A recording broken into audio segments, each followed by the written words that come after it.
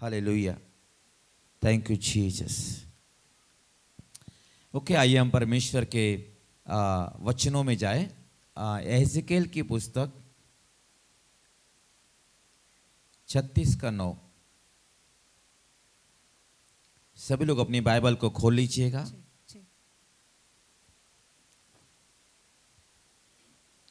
और एहज़केल की पुस्तक उसका 36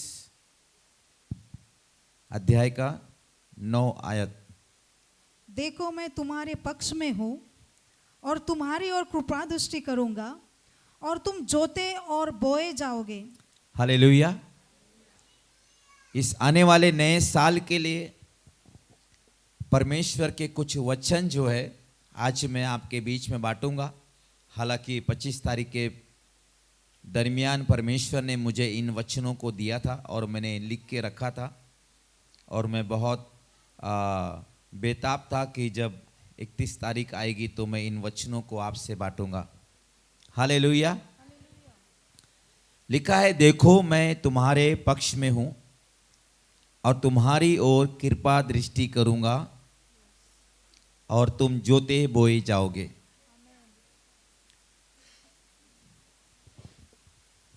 परमेश्वर आज उसकी प्रजा को, उसकी कलीसिया को, उसके लोगों को ये कह रहा है कि मैं तुम्हारे पक्ष में हूं। हालेलुया। आपको खुशी नहीं हो रही?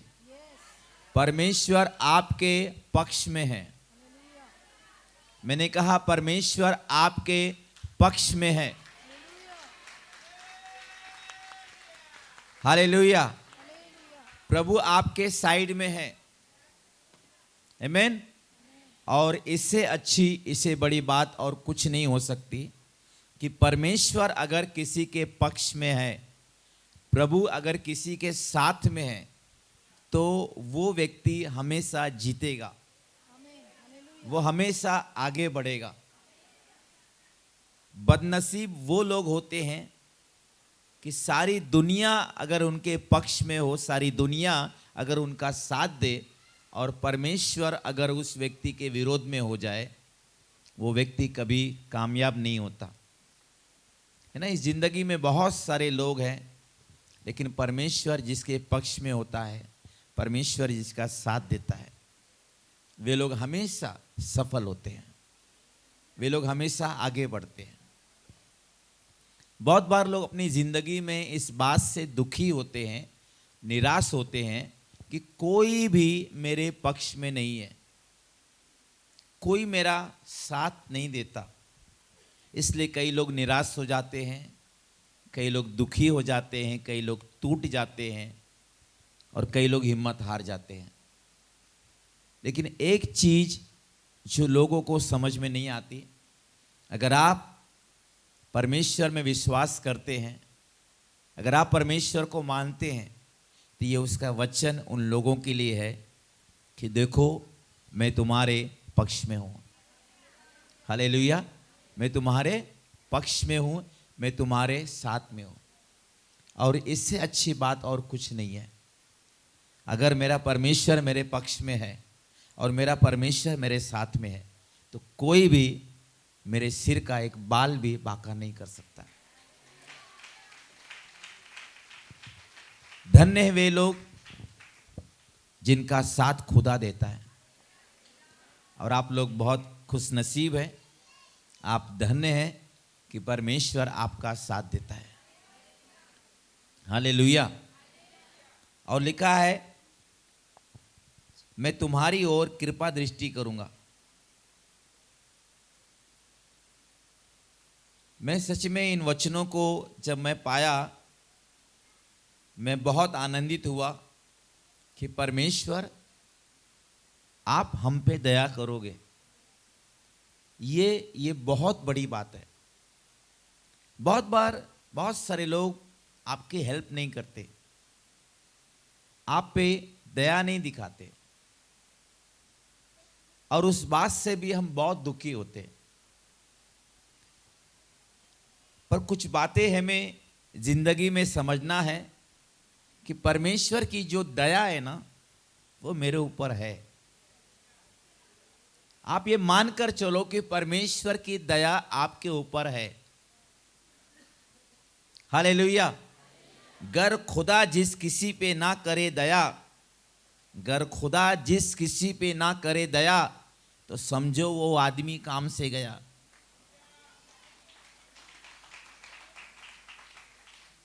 आज हम और आप परमेश्वर की दया में जी रहे। इस दुनिया के लोगों पर भी परमेश्वर की बड़ी दया है। प्रभु के वचन में लिखा है कि जैसे सूरज धर्मी और अधर्मी, बुरे और अच्छे दोनों के ऊपर वह अपने प्रकाश को, अपनी रोशनी को वो डालता है। देखा ना आपने सूरज को? क्या करता है सूरज? अच्छे अच्छे लोगों पे, अच्छे अच्छे शरीफ लोगों पे रोशनी डालता है और बिगड़ेले लोगों पे रोशनी नहीं डालता। ऐसा है क्या?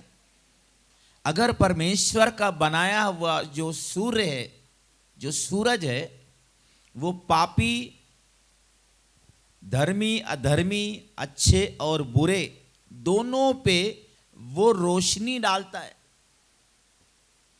बारिश का पानी सबको मिलता है ना, कि सिर्फ पवित्र लोगों को पानी मिलता है बारिश का, और पापी लोग प्यासे मर जाते। ऐसा कभी आपने देखा है? तो जो बारिश होती है वो पवित्र लोगों को भी पानी मिलता है और पापी लोगों को भी मिलता है। अब ये जो हवा है जो आप लेते हैं, ये किसको किसको कौन ले सकता है? शरीफ लोग, सिर्फ शरीफ लोग जो है वो लोग ही श्वास ले सकते क्या? जो पापी है, बेवड़ा है, जुआरी है, वो भी। इसलिए मैं हमेशा कहता हूं कि परमेश्वर सबके लिए, परमेश्वर सबके लिए, और उसने इस दुनिया में अगर कुछ भी बनाया है, कुछ भी किया है, वो सबके लिए।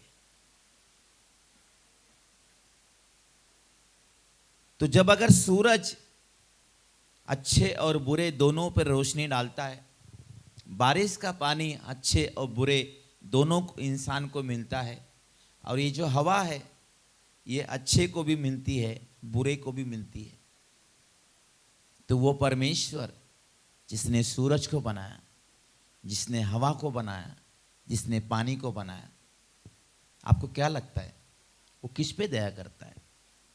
वो सब पे दया करता है। वो सब पे दया करता है, वो सबसे प्यार करता है। इस बात को लोग समझ नहीं पाते।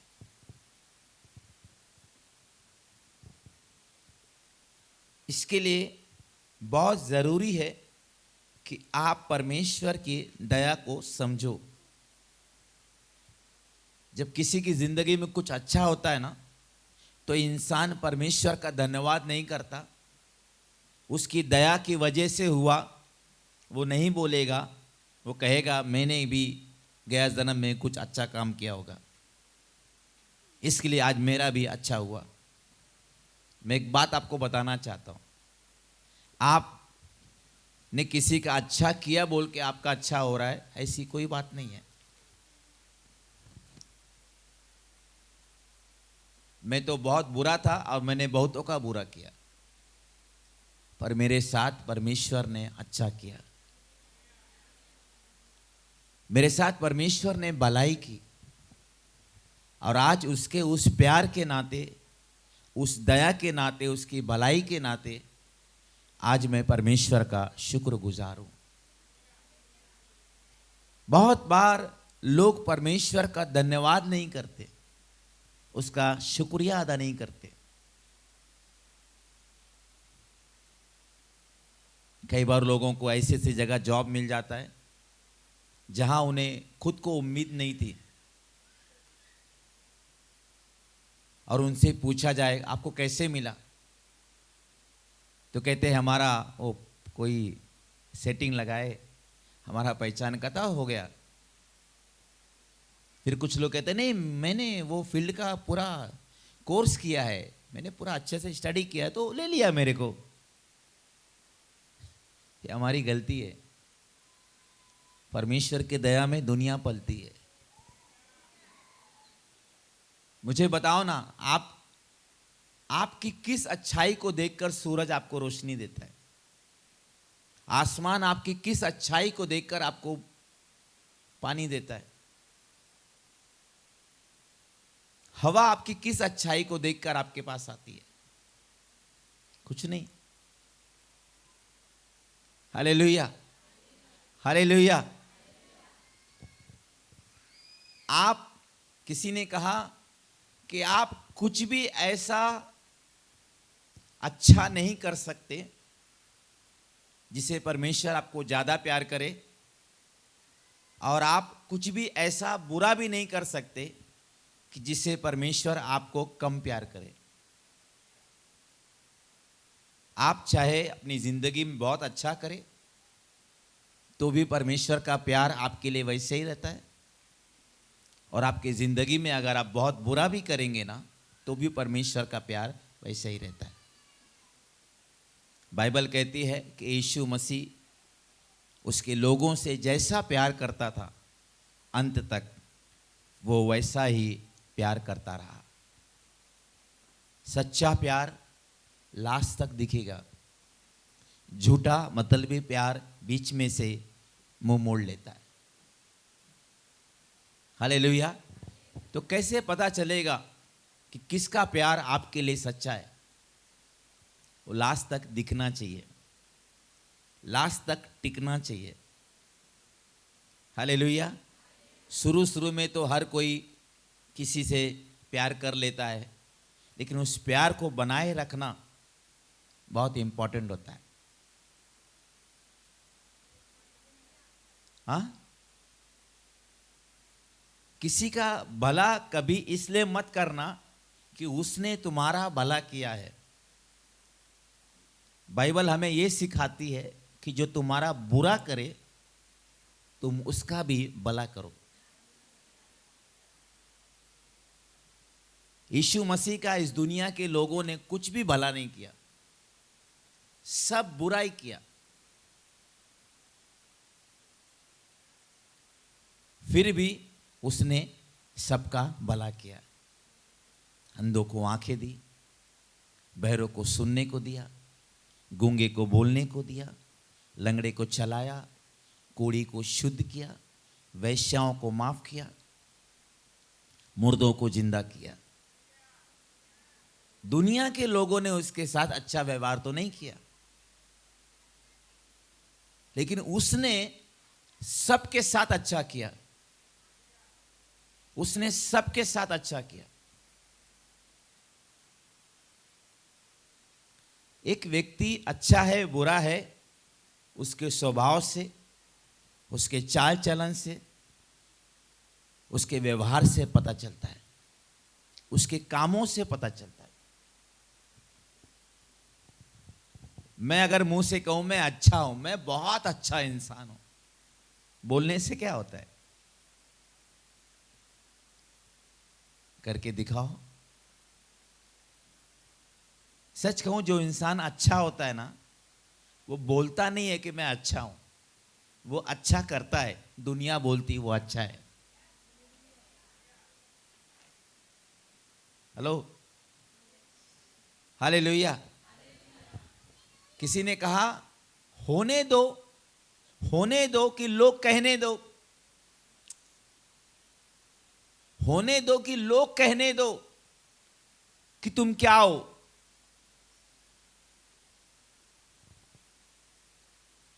कभी किसी को आप पकड़ के पूछो आप बुरे हो ना, बोलेगा मैं बुरा हूं। कौन बोला?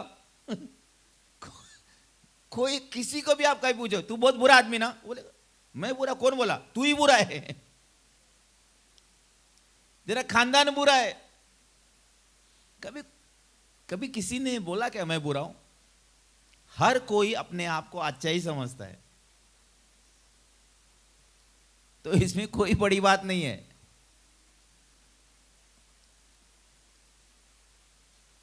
होने दो कि लोग कहने दो कि आप अच्छे हैं। Hallelujah, hallelujah. और बहुत बार ऐसा भी होगा, आप अच्छे होंगे लेकिन लोग आपको अच्छा नहीं कहेंगे, तो आपको क्या करेंगे आप? तब ज्यादा चोट लगती है ना, कि मैं बुरा नहीं हूं फिर भी लोग मुझे बुरा कहते।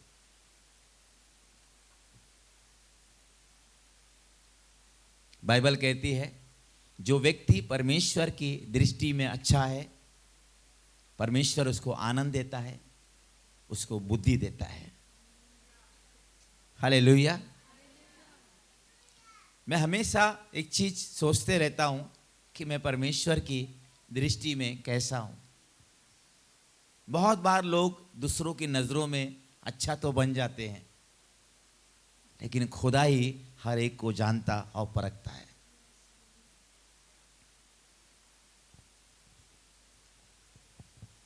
इसलिए सच में अच्छा बनो। मैं दिखाने के लिए अगर आपको अच्छा बनूं, वो मेरा अच्छा बनना किसी काम का नहीं है।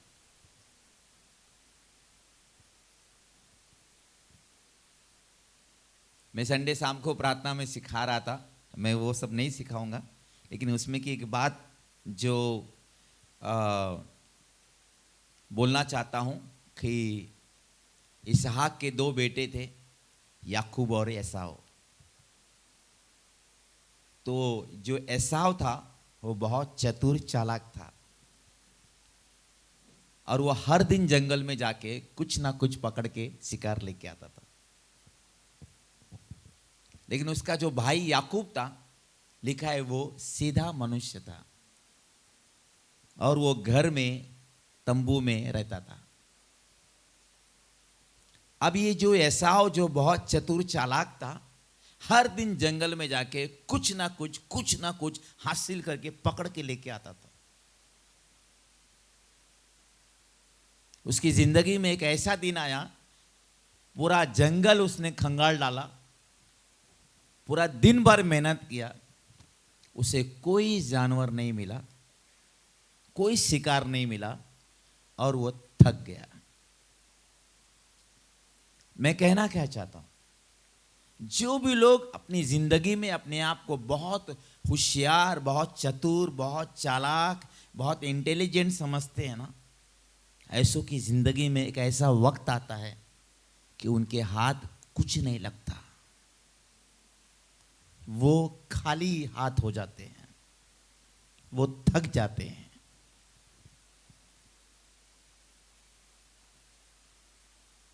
हालेलुया। पतरस बहुत माहिर आदमी था। एक बार समुद्र में गया तो मछली लिए बिना घर नहीं जाता था। बाइबल कहती है सारी रात मेहनत की, पर एक भी मछली उसके हाथ नहीं लगी। लेकिन जब वो खुदा के कदमों में आया, खुदा की बातों को सुना, खुदा के साथ वक्त गुजारा, तो यीशु मसीह ने पतरस से कहा फिर से चल, और यीशु मसीह उसको उसी जगह लेकर गए जहां पे वो फेल हो गया था। हालेलुया। वही समुंदर, वही पानी, वही जगह, वही नाव, वही जाल, वही व्यक्ति। हालेलुया। सब कुछ सेम था, लेकिन बड़ा अद्भुत गेम था कि उसने सारी रात मेहनत की, कुछ भी हाथ नहीं लगा, लेकिन जब यीशु उसको लेकर गया तो उसने इतना पकड़ा कि वो घसीट नहीं पाया, उसे बुलाना पड़ा अपने साथियों को। इस दुनिया में जितना दिमाग लगाओगे आप, हाथ पैर मारोगे ना, उतना जिंदगी में ऐसा वक्त आएगा। देखो, मैं ये नहीं कह रहा हूं कि दिमाग का इस्तेमाल करना, मेहनत करना, कोशिश करना गलत है, लेकिन आपको कुछ समझना है। बाइबल कहती है कि तू अपनी दृष्टि में बुद्धिमान ना होना। क्या लिखा है? तू अपनी दृष्टि में बुद्धिमान ना होना। मैंने बहुत बार पढ़ा, ने कहा बहुत अच्छी बात है, फिर मैंने उसका खुलासा जो प्रभु ने मुझे दिया, क्योंकि समय नहीं है सारी चीज़ों को बताने के लिए। जो भी लोग अपनी दृष्टि में अपने आप को बुद्धिमान समझते हैं ना, बाइबल दूसरी जगह में कहती है परमेश्वर ऐसे लोगों से जो अपनी दृष्टि में अपने आप को बुद्धिमान समझते हैं, परमेश्वर ऐसे लोगों से मुंह फेर लेता है। ये खुद से नहीं कह रहा हूं क्योंकि समय नहीं है, पर मैं आपको संडे के दिनों में ये वचन बता दूंगा कि मैंने जो बोला वो सच है कि झूठ।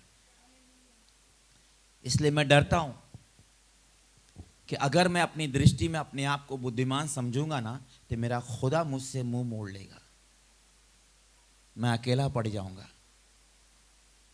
हालेलुया। आज बहुत सारे लोगों का एक बड़ा प्रॉब्लम है, वे अपने आप को बहुत बुद्धिमान, बहुत चतुर, बहुत चालाक समझते हैं, और परमेश्वर ने ऐसे लोगों से अपनी नजरें फिरा ली है। Hallelujah, hallelujah. हम कुछ भी क्यों ना हो, कैसे भी क्यों ना हो, क्या भी क्यों ना हो, हमें परमेश्वर की जरूरत है। कितना भी आप पढ़े लिखे रहेंगे, कितना भी अनुभव रहेगा, आपको बहुत नॉलेज रहेगा, जानकारी रहेगी, एक्सपीरियंस रहेगा, आपकी बड़ी जान पहचान रहेगी, फिर भी याद रखना जिंदगी में बहुत बार ऐसे वक्त आते हैं कि सब रह के भी कोई काम नहीं आते, आपको परमेश्वर काम आता है। जब कोई नहीं आता तब खुदा आपके काम आता है। हालेलुया। लेकिन आज इंसान अपने अनुभव पे ज़्यादा गर्व करता है, भरोसा करता है। कुछ लोग अपने ज्ञान पे बहुत भरोसा करते हैं, कुछ लोग अपनी जान पहचान पे बहुत भरोसा करते हैं, कुछ लोग के पास बहुत दौलत है, उस दौलत पे वो बड़ा भरोसा करते हैं। लेकिन हमने तो भरोसा परमेश्वर पे रखना है, क्योंकि जो लोग परमेश्वर पे भरोसा रखते हैं उन्हें कभी भी जिंदगी में धोखा नहीं मिलता।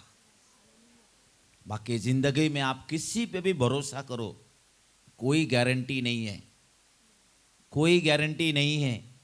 कई घरों में औलाद ने माँ बाप को धोखा दे दिया, सगे भाई ने सगे भाई को धोखा दिया, बहन ने बहन को धोखा दिया। दुनिया में कौन किसी का होता है?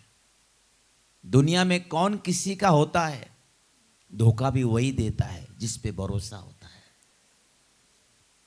लेकिन अगर आप परमेश्वर पे भरोसा करोगे, आप कहीं पे भी रहो दुनिया में, वो आपको हर धोखे से बचाने की ताकत रखता है।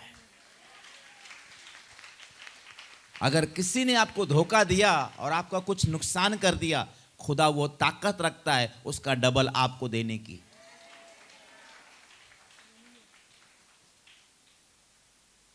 लोगों के लिए एक सवाल है कि आपका भरोसा कहां है? आपका भरोसा कहां है? क्या सच में आपका भरोसा परमेश्वर पे है? हर एक बात के लिए, चाहे छोटी हो चाहे बड़ी। बहुत सारे लोग वो परमेश्वर पे भरोसा नहीं करते, वो परमेश्वर परमेश्वर करते लेकिन परमेश्वर पे भरोसा नहीं करते।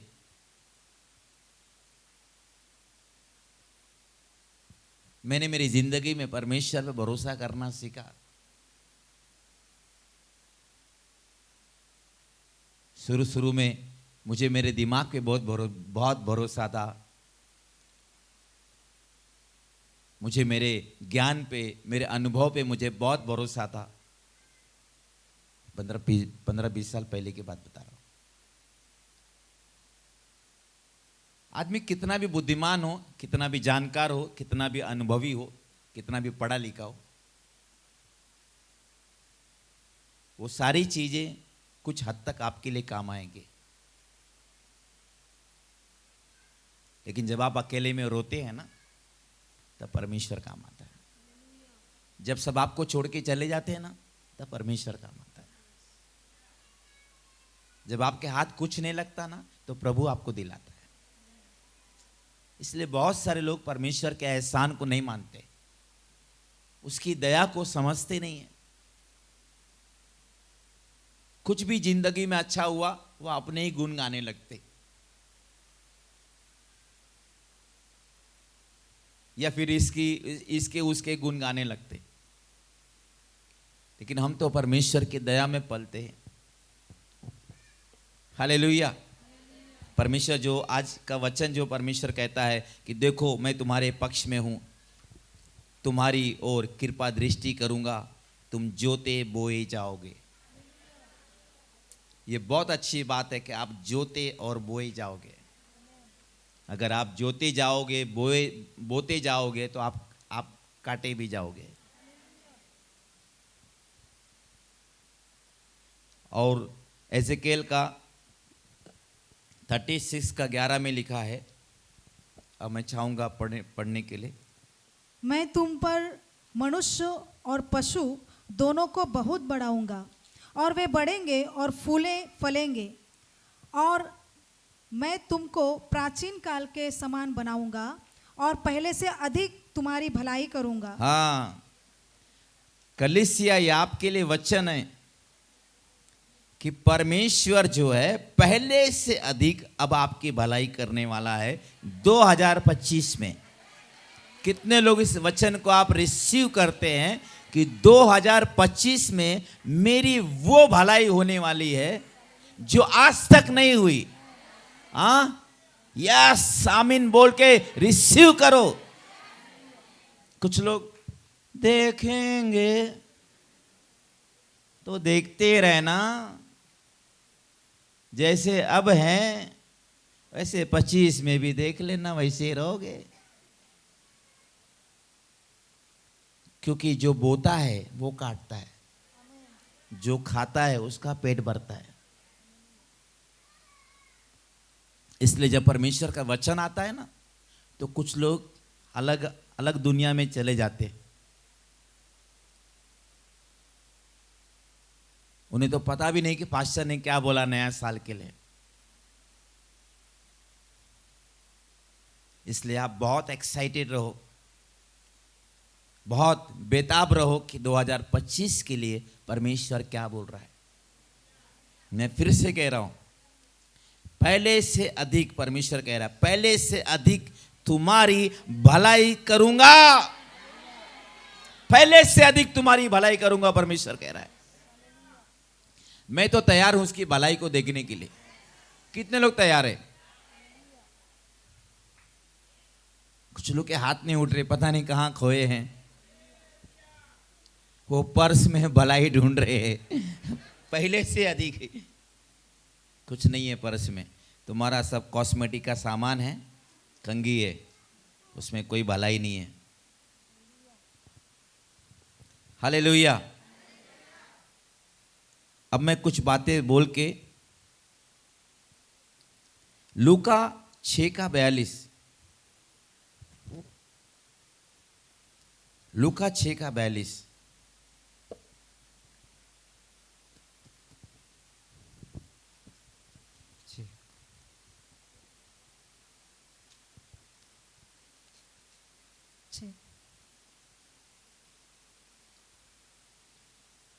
जब तू अपनी ही आँख का लट्टा नहीं देखता तो अपने भाई से कैसे कह सकता है, हे भाई ठहर जा, तेरी आँख से तिनके को निकाल दूं।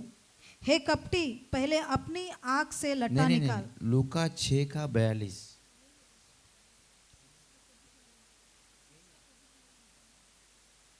मत्ती 6 का 42 देखो।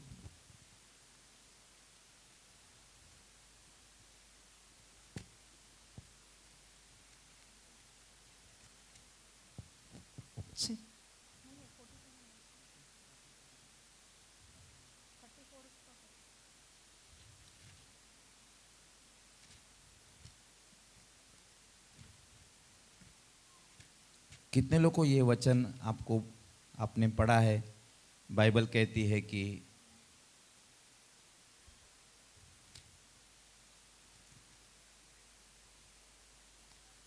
लूका 6 का 46।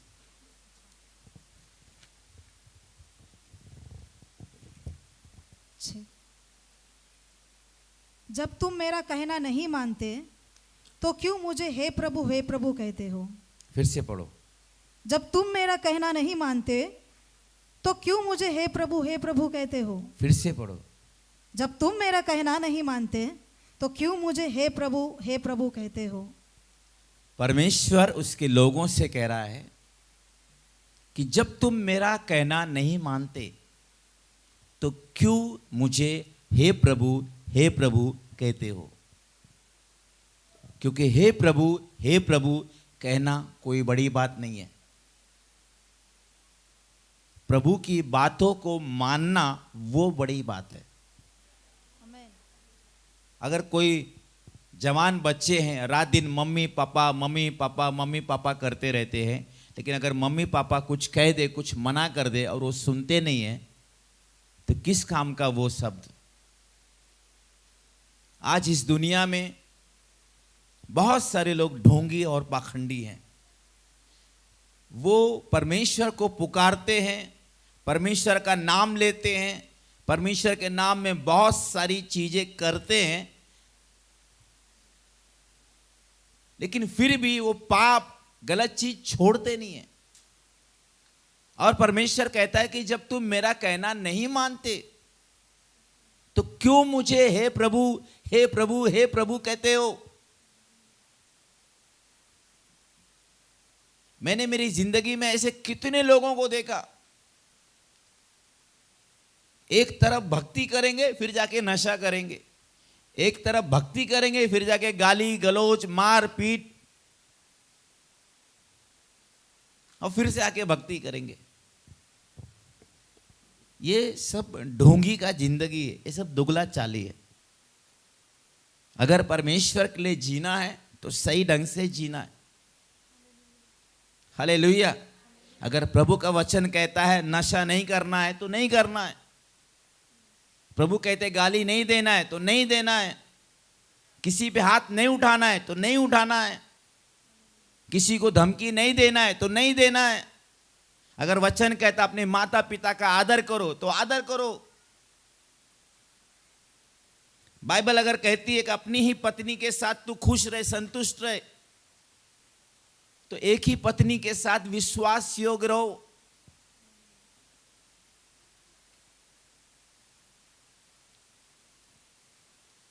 क्या फायदा ऐसी सब भक्ति करके दुनिया भर का।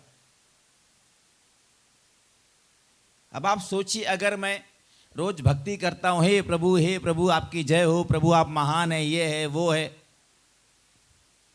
और मैं किसी पराई स्त्री के साथ घूमता हूं, घूमता नहीं हूं, ध्यान से सुनिए। नहीं तो कुछ लोग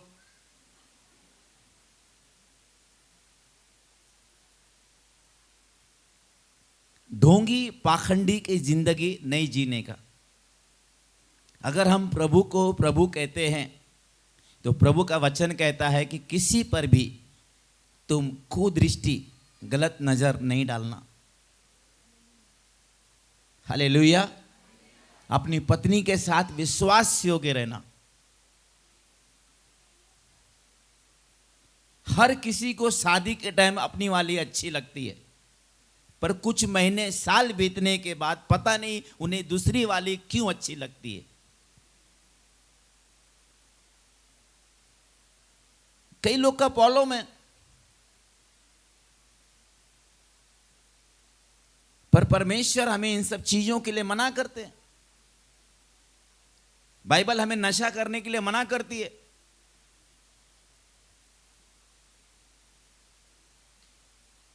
हम कोई भी चीज का नशा नहीं कर सकते, क्योंकि ये शरीर परमेश्वर के आत्मा का मंदिर है। प्रभु ने कहा जो कोई मेरे मंदिर को नाश करेगा मैं उसको नाश कर दूंगा। आज लोग पान, बीड़ी, सिगरेट, दारू, तंबाकू, गुटखा, मावा क्या कर रहे। वो अपने शरीर को, परमेश्वर के इस मंदिर को लोग नाश कर रहे। एक दिन परमेश्वर ऐसों को नाश कर देगा।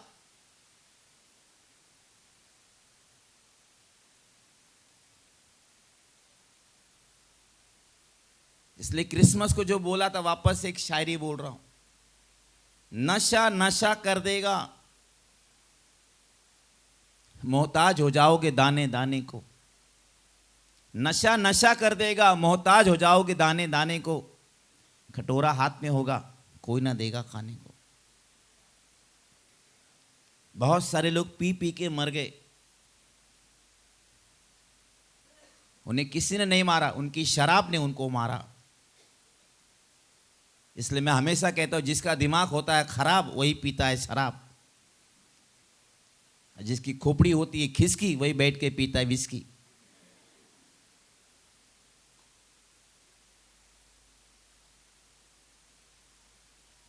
परमेश्वर के लोगों, इन बातों को सिर्फ कहने के लिए नहीं, आप सबको पता है मेरी जिंदगी क्या थी, लेकिन आज परमेश्वर ने इतना सुधार दिया।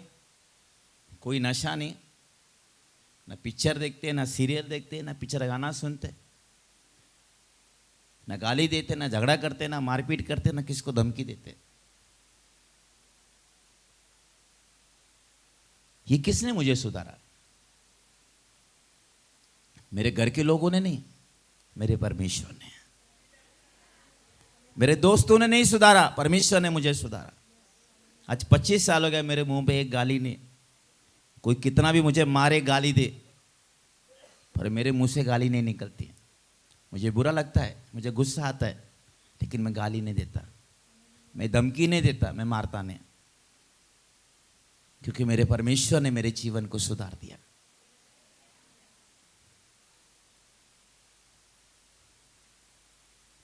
इसलिए प्रभु का वचन जो कहता है कि जब तुम मेरा कहना नहीं मानते तो क्यों मुझे हे प्रभु कहते हो।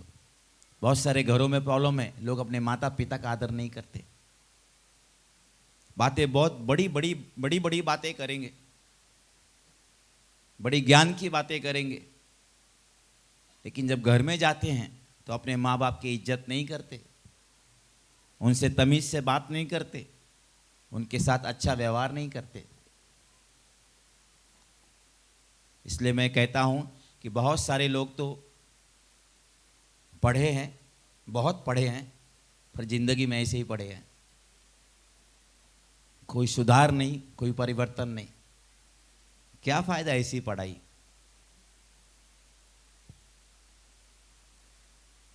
जिसको अपने माँ बाप से बात करने की तमीज ना हो। एक एक औरतें दुनिया में बहुत पढ़ी हैं, वकील है, डॉक्टर है, जज है, लेकिन अपने ही पति की इज्जत नहीं करती। क्या फायदा ऐसी पढ़ाई जो अपने ही पति की इज्जत ना करे, अपने पति को इज्जत ना दे। कितनी औरतें तो फेमस है अपने ही पति की इज्जत निकालने में, जो मोहल्ले वाले को पता नहीं था वो औरत ने बता दिया।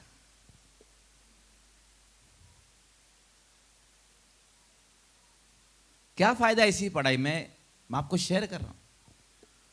दुनिया भर का कोर्स करके, पढ़ाई करके, डिग्री हासिल करके जो औरत अपने पति का आदर नहीं करती, अपने पति के अधीन नहीं रहती और अपने ही पति का पूरा ढिंडोरा पीटती है, उसकी पढ़ाई किस काम की? जो बच्चे बहुत पढ़े लिखे हैं, अपने ही माँ बाप का आदर इज्जत नहीं करते, तमीज से बात नहीं करते,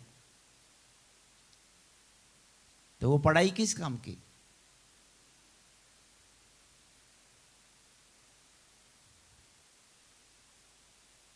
हालेलुया, हालेलुया। इसलिए प्रभु का कहना मानिए।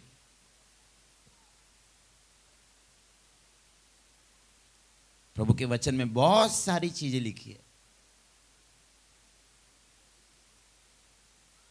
इसलिए मैं कोई चीज सिर्फ कहने के लिए नहीं, वो चीज को मेरे जीवन में भी मैं लेकर चलता हूं। हम ये नहीं कहते कि हमसे कभी गलतियां नहीं होती,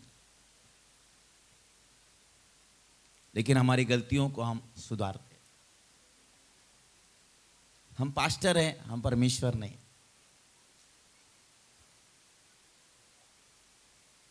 लेकिन कोई भी चीज आपको पता अगर गलत है, फिर जानबूझ के वो ढिठाई के साथ नहीं करना चाहिए।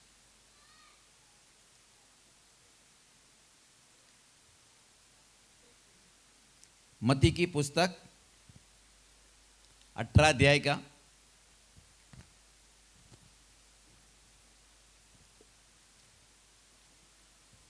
27, फिर 30, फिर 33, फिर 35। मत्ती की पुस्तक 18 अध्याय का। तब उस दास के स्वामी ने तरस खाकर उसे छोड़ दिया और उसका कर्ज भी क्षमा किया। परंतु जब वह दास बाहर निकला, 27, 30, 33 और 35 ऐसा पढ़ना, लाइन से नहीं पढ़ना। तब उस दास के स्वामी ने तरस खाकर उसे छोड़ दिया और उसका कर्ज भी क्षमा कर दिया। उसने न माना, परंतु जाकर उसे बंदीगृह में डाल दिया कि जब तक कर्ज न भर दे तब तक वहीं रहे। इसी प्रकार यदि तुम में से हर एक अपने भाई को मन से क्षमा न करोगे तो मेरा पिता जो स्वर्ग में है तुमसे भी वैसा ही करेगा। अब ध्यान से सुनिए। हे प्रभु, हे प्रभु, हे प्रभु कह के कुछ फायदा नहीं है। परमेश्वर जो कहता है, परमेश्वर का वचन जो कहता है वो करना बहुत जरूरी है। कई लोग बड़ी बड़ी बातें ओड़ा पाव खाते। मैंने ऐसे बहुत सारे लोगों को देखा है जिंदगी में, बड़ा बड़ा बात करते। कुछ लोग तो कहते या खुदा तेरे नाम से जमाने को हिला दूंगा, बस बिस्तर में से बाहर आने की ताकत दे दे। कई लोग दुनिया हिलाने का सपना देखते हैं, बिस्तर में से बाहर आने की ताकत नहीं है। अपने नींद पर लोग आज विजयी नहीं हो पाए, अपने पेट पर विजयी नहीं हो पाए, दुनिया पे विजय प्राप्त करना चाहते। जो खुद से हारा है वो किसी से क्या जीतेगा। पहले खुद पे काबू पालो, पहले खुद पे जय प्राप्त कर लो, दुनिया बाद में जीतना। Hallelujah, hallelujah. बहुत सारे लोगों की ये कहानी है कि वो अपने आप से ही हारे हैं और दूसरे से लड़ने जाते हैं। हालेलुया। पहला खुद पास हो जाओ, बाद में दूसरे को पढ़ाओ, ऐसी कुछ बात हो जाती है। यहां पे हम देखते हैं मत्ती की पुस्तक 18 अध्याय का 27, 30, 33 और 35। आप घर पे जाके पढ़ लेना। ये वचन ऐसा है कि एक स्वामी रहता है और उसका एक दास रहता है। वो जो दास रहता है वो स्वामी का कर्जदार रहता है और 10,000 कितना 10,000। अब घर पे जाके पढ़ लेने इन वचनों को। 10,000 वो कर्जदार रहता है और स्वामी क्या करता है, दया करके अपने उस नौकर को 10,000 माफ कर देता है। अब स्वामी जिसका माफ करता है, ऐसा समझो ना, मैं 10,000 कर्जा बाकी हूं। कितना? मैं 10,000 कर्जा बाकी हूं। किसका? मेरे सेठ का। मेरे सेठ ने क्या किया, मेरा 10,000 कर्जा माफ कर दिया। अब मैं क्या कर रहा हूं, मेरा एक दोस्त है, वो मेरा सिर्फ 100 रुपया बाकी है। कितना 100 रुपया। अब मैं 100 रुपया उसको नहीं माफ कर रहा हूं, उसको मैं पकड़ के मेरा 100 रुपया दे, मैं तेरे को छोड़ूंगा नहीं, मेरा 100 रुपया दे। और वो कहता है मेरे पास अभी नहीं है, जब आएगा मैं लौटा दूंगा। और मैंने उसको ले जाके चौकी में खड़ा कर दिया, उसके नाम पे केस ठोक दिया और उसको जेल में डलवा दिया। अब मेरा जो स्वामी है उसने मेरा 10,000 माफ किया। कितना? 10,000। और मैंने मेरे संगी का, मेरे दोस्त का 100 रुपया भी माफ नहीं किया। उसका मतलब आपको बहुत बारीकी से समझना पड़ेगा। 10,000 का 10% कितना होता है? 10,000 का 10% 1,000। तो 100 रुपया कितना हुआ 10,000 का?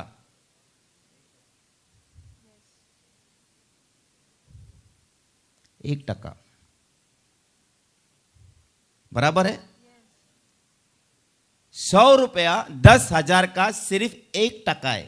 कितना? 1%। मेरे स्वामी ने मेरा 10,000 गुना उसने मेरा माफ किया। मैं मेरे दोस्त का एक भी नहीं माफ कर रहा।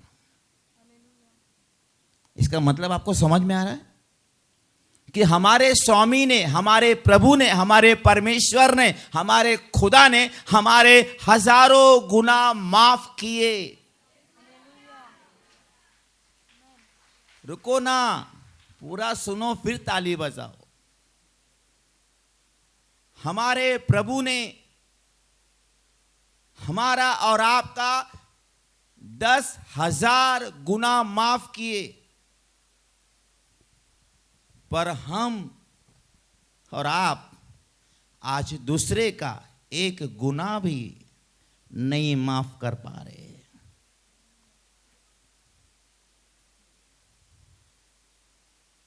यीशु मसीह ने तो माफ कर दिया हर किसी को, खीलों में लटक कर भी।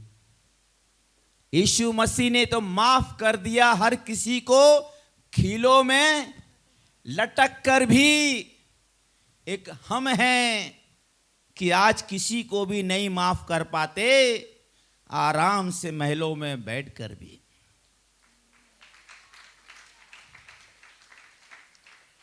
कई लोग अपने घरों में बैठे बैठे धमकियां देते, अरे मैं इसको बराबर कर दूंगा। वो अपने आप को क्या समझता है, उसको बताऊंगा वो किसके पल्ले पड़ा है। आराम से घरों में रहकर भी लोग धमकियां बना रहे। और एक वो था जो खीलों में लटक कर भी उसने कहा, हे पिता इन्हें माफ कर दे, इन्हें माफ कर दे। ये नहीं जानते ये क्या कर रहे। हाँ, अच्छा है कि वो यीशु मसीह लटका था, उसकी जगह हम और आप होते तो क्या कहते, या खुदा इन सबको साफ कर दे।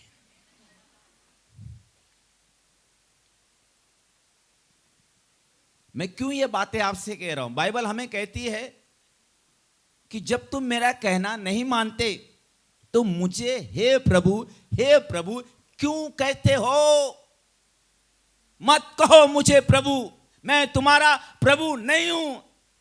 जो लोग मेरा नहीं सुनते वे मुझे ना ही पुकारे वही अच्छा है।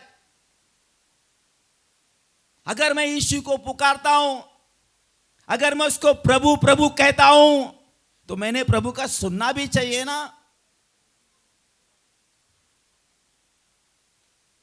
जब मैं प्रभु के प्रार्थना में जाने लगा, मेरे घर के लोगों ने मुझे इतना मारा, जानवर के जैसा 1.5 साल मारा पीटा। मेरे कपड़े तक निकाले, शर्ट पैंट, और अंडरवेयर के ऊपर मुझे बाहर डाल दिया। फिर एक दिन तो घर से ही निकाल दिया। आज 25-30 साल होने आया मुझे।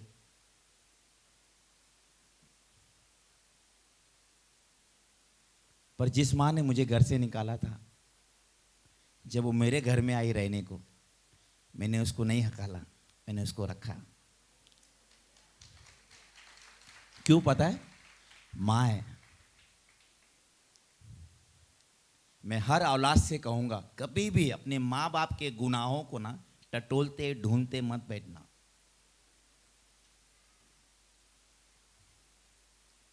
अभागी वो औलाद बड़े अभागे हैं,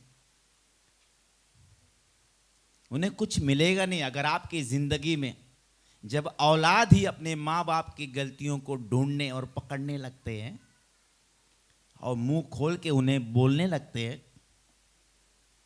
क्या रह जाता है परिवार में? कि जिस औलाद को पैदा किया, पाल पोस के बड़ा किया, आज वो औलाद अपने माँ बाप की गलतियों को पकड़ रहे, उनको ढूंढ रहे और उसको सुना रहे।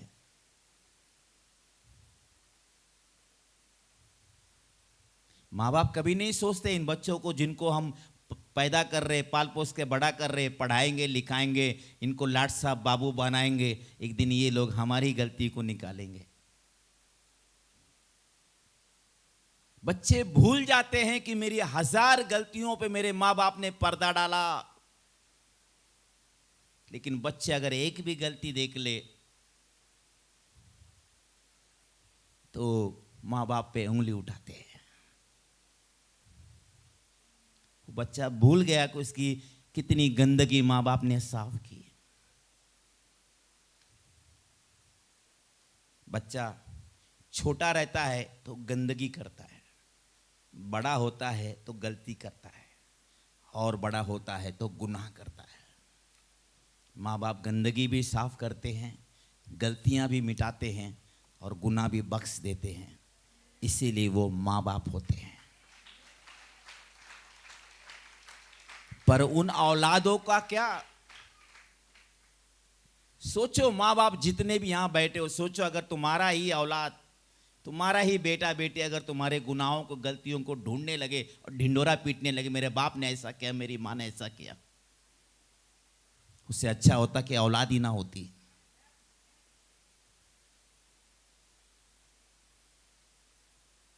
स्वामी ने मेरा 10,000 माफ किया, मैं मेरे दोस्त का 1 रुपया भी माफ नहीं कर पा रहा हूं। सोचो मैं किस कदर गिर गया हूं। मैं भूल गया हूं कि मेरे स्वामी ने मेरा 10,000 माफ किया है। मैं मेरे दोस्त का 1% माफ कर देता हूं। बाइबल कहती है जैसे तुम पे दया की गई है वैसे ही तुम भी दया करो। जैसा मैंने तुमसे प्यार किया वैसा तुम भी एक दूसरे से प्यार करो।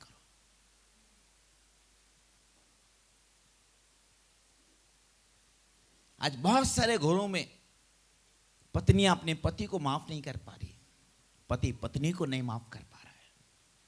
बहुत सारे ऐसे औलाद अपने माँ बाप को नहीं माफ कर पा रहे, कहते मेरे माँ बाप बहुत बुरे हैं।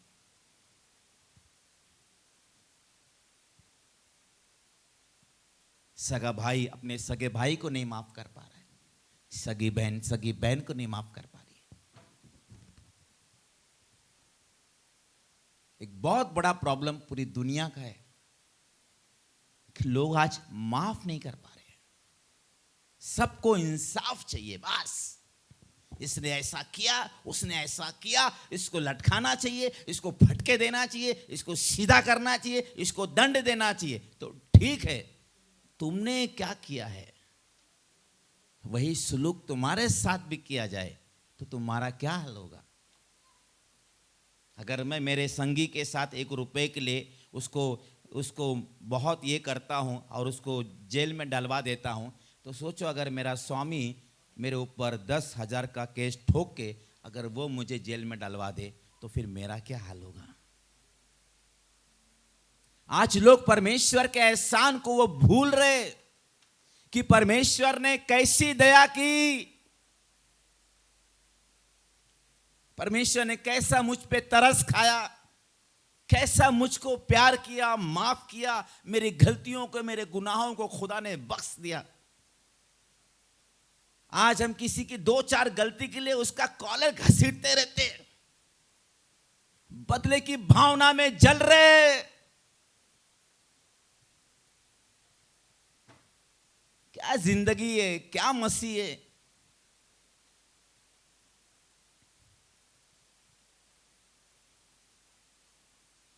अगर खुदा हमारे और आपके गुनाहों को पकड़ने लगे तो क्या करोगे?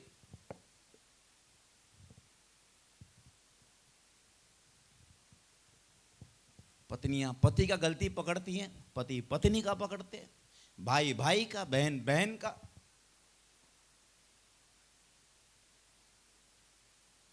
परमेश्वर हमें कुछ अलग चीज सिखा के गया। मैं और एक वचन बोल के मैं खत्म करूंगा जल्दी से। मरकुस 10 का, मरकुस 10 का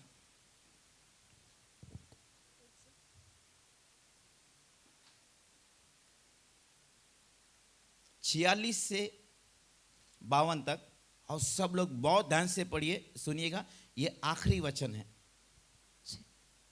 वे यरीहो में आए और जब वह और उसके चेले और एक बड़ी भीड़ यरीहो से निकलते थे, तब तिमाई का पुत्र बरतिमाई, एक अंधा भिखारी, सड़क के किनारे बैठा था।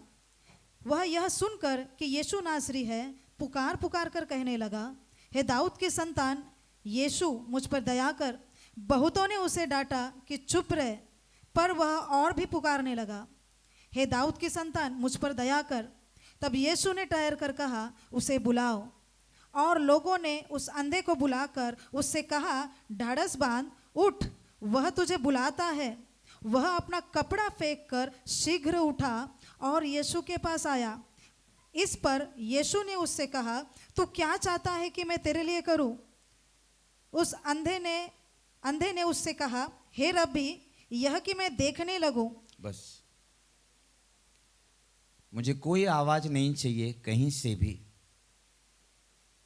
मुझे कोई आवाज नहीं चाहिए कहीं से भी, क्योंकि मैं बहुत इंपॉर्टेंट चीज बोलने जा रहा हूं। एक व्यक्ति जो इतने सालों से अंधा पड़ा था, उसने यीशु मसीह की दया को पुकारा कि यीशु मसीह मुझ पे दया करो।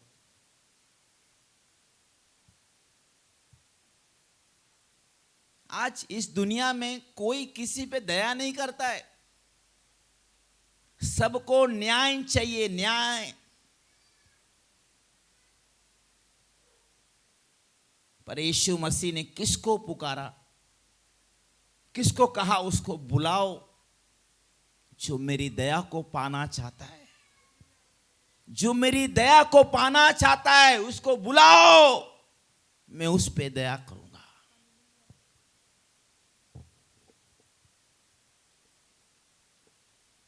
आज बहुत सारे लोग परमेश्वर की जो दया है ना उसको नहीं समझ पा रहे।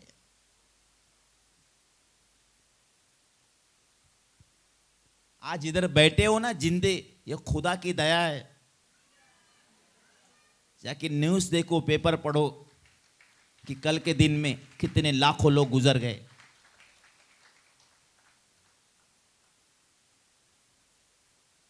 हालेलुया। अब ये व्यक्ति ने कहा, यीशु मसीह मुझ पे दया करो।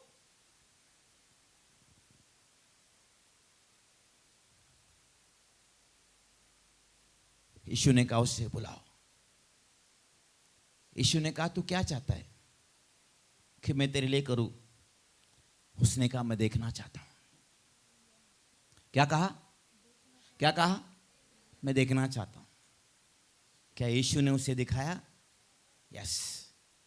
लेकिन वो देखने के पहले उसने क्या किया?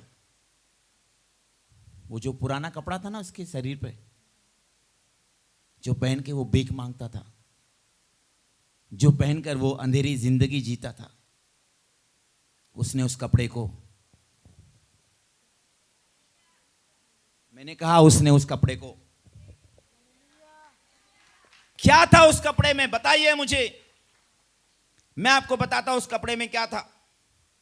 उसके उस गंदे कपड़े में, उस गंदी कंबल में क्या था पता है?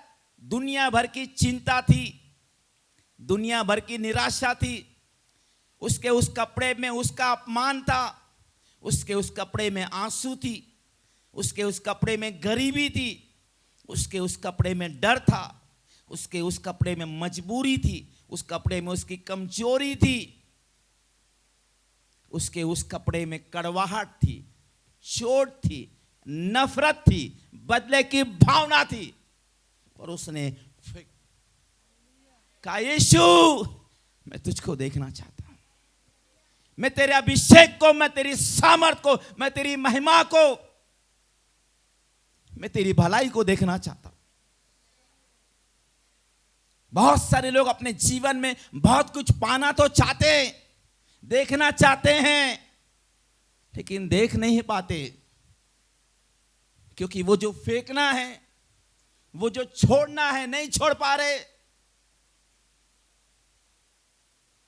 क्योंकि बहुत सारे लोगों के जीवन में आज भी वो पुराना स्वभाव पड़ा हुआ है।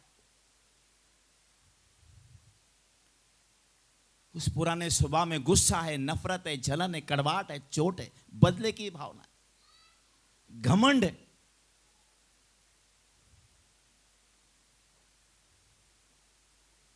आज साल का आखिरी दिन है। कलीसिया परमेश्वर के लोगों, साल का आखिरी दिन है। आप उसे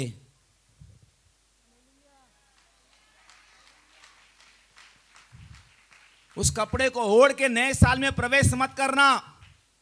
दिन बहुत बुरे, मैंने कहा दिन बहुत बुरे हैं। इस साल का पुराना कपड़ा अगर आप नहीं उतारोगे, मैं गलत नहीं बोल रहा हूं, लेकिन सुनिए, आने वाले साल में वो कपड़ा आपके लिए मृत्यु बन सकता है। वो कपड़ा आपके लिए बर्बादी बन सकता है। वो कपड़ा आपको कहीं का नहीं छोड़ेगा। ये परमेश्वर ने जब मुझसे बातें की, क्रिसमस के दरमियान मैं प्रभु को पूछ रहा था, परमेश्वर ने मुझे इन वचनों को दिया। मैंने तभी मेरी डायरी में लिख लिया और परमेश्वर ने मुझे ये वचन दिया। और आज प्रभु आपसे बात कर रहा है कि ये साल भर जो भी ओढ़ा है ना, आज उतार देना। मैं इन कपड़ों की बात नहीं कर रहा हूं जो आपके मन में, दिल में, दिमाग में, आपके स्वभाव में ओढ़ लिया ना। आज उस हर गुस्से को, कड़वाहट को, चोट को, नफरत को, बदले की भावना को, उस डर को आप उतार के फेंक दो। तब परमेश्वर आपको दर्शन देगा। मैंने कहा परमेश्वर आने वाले साल में आपको दर्शन देगा। आप उसके दर्शन को देखोगे, आप उसकी महिमा को देखोगे, आप उसके अभिषेक को देखोगे, आप उसकी सामर्थ को देखोगे, आप उसके छुटकारे को देखोगे और बहुत कुछ देखोगे। तुम्हारी आंखें देखेंगी तुम्हारी आंखें। परमेश्वर आपको दिखाएगा। God will show you. परमेश्वर आपको दिखाएगा। जो भी आपके अंदर, आपके पति के बारे में है, कि भाई के बारे में है, बहन के बारे में है, किसी के भी बारे में आपके अंदर जो भी है, याद रखना, उसको आज उतार के फेंक दो। उसको आप उतार के फेंक दो। क्योंकि जो व्यक्ति ने अपने दोस्त का 100 रुपया माफ नहीं किया, ये बात जब स्वामी को पता चली तो स्वामी ने कहा अब मैं उसको बताऊंगा। और उसको स्वामी ने ऐसी सजा में डाल दिया। लिखा है, स्वामी ने कहा उसको सताने वालों के हाथ में सौंप दो। क्या कहा स्वामी ने? उस व्यक्ति को जिसने 100 रुपये माफ नहीं किया, यानी कि मुझे, उसने कहा इस व्यक्ति को क्या करो, उनके हाथ में सौंप दो, सताने वालों के हाथ में। ये सताने वाले कौन है? मैं आपको पूछ रहा हूं, ये सताने वाले कौन है? ये दुष्ट आत्माएं हैं। मैंने कहा ये दुष्ट आत्माएं हैं। ये आपको तरह तरह से सताएंगी, आपकी नींद हराम करेंगी, तबीयत खराब करेंगी, शांति भंग करेंगी, सुख से रहने नहीं देंगी, आपकी आशीषों को खा जाएंगे, आपके अभिषेक को निकाल लेंगे ये दुष्ट आत्माएं। इसलिए इन्हें मौका नहीं देना। इसी साल में सारा पुराना कपड़ा उतार के फेंक देना। भी कुछ भी होगा, आपको गुस्सा होगा, चोट होगा, नाराजगी होगी, कड़वाहट होगी, लोगों ने आपके साथ अन्याय किया, बुरा किया, आपके अच्छेपन का बदला नहीं दिया, आपकी बेइज्जती की होगी, आपका अपमान किया होगा। मैं आपसे ये बात इसलिए कह रहा हूं क्योंकि परमेश्वर ने मुझसे ये कहा है, ये वचन देकर मुझे आपके बीच में उसने भेजा है। जो लोग आज इस कपड़े को उतारेंगे, मैं आपको बोल रहा हूं परमेश्वर का दास होने के नाते, आने वाले साल में शुरू होते ही आपके जीवन पर परमेश्वर का ऐसा अभिषेक उतरेगा।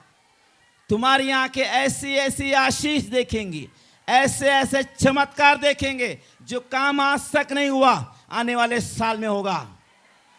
तुम्हारे शरीर में तुम बहुत सारा परिवर्तन देखोगे, तुम्हारे परिवार में परिवर्तन देखोगे, तुम्हारे कारोबार में देखोगे।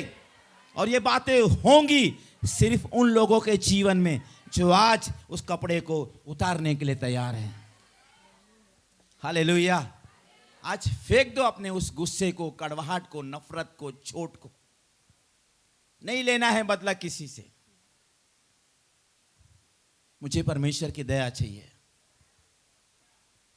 मैं देखना चाहता हूं उसकी महिमा को, उसकी चंगाई को, उसके छुटकारे को। आने वाला साल आपके लिए बीमारी का साल नहीं है, चंगाई का साल है। अगर मैं कहूं यहां बैठे बैठे बहुतों को परमेश्वर ने चंगाई दे दी है, क्योंकि समय नहीं। अगर मैं कहूं तुम्हारे शरीर को चेक करो, पर फिर भी मैं आपसे कहता हूं कि आज आप जब यहां से निकलोगे, अपने शरीर को, जितने भी हॉल के अंदर कहीं पे भी मंडरा रहे, मैं प्रभु का दास होने के नाते आपसे कह रहा हूं, आज आप खत्म होने के बाद अपने अपने शरीर को चेक कर लेना। हालेलुया। और आप अपने घरों में जाओगे, आप पाओगे आप चंगे हो गए।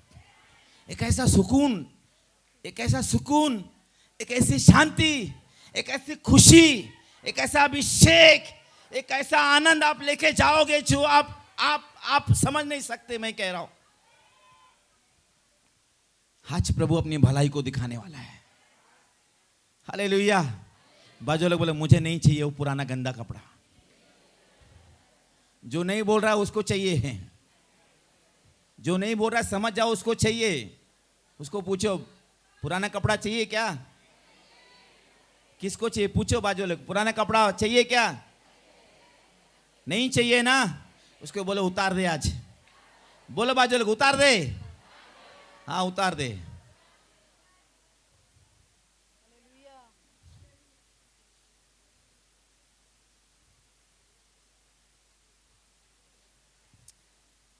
हाँ इस समय मेरे साथ प्रार्थना कीजिएगा।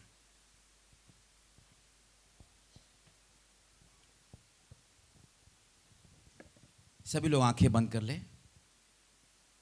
कहो प्रभु यीशु, जनवरी 1 तारीख से लेकर आज दिसंबर 31 तारीख तक मैं आपकी नजर में जहां भी गलत हूं, मैंने जो भी गलती की है, गुनाह किया है, बुरा किया है, आपका नहीं सुना, आपकी बातें नहीं मानी, आपका दिल दुखाया, आपके विरोध में गया, आपके वचनों पे नहीं चला, प्रभु मैं पश्चाताप करता हूं, मैं क्षमा मांगता हूं। प्रभु यीशु मुझे माफ कर दे। प्रभु यीशु मुझे माफ कर दे। मुझ पे दया कर।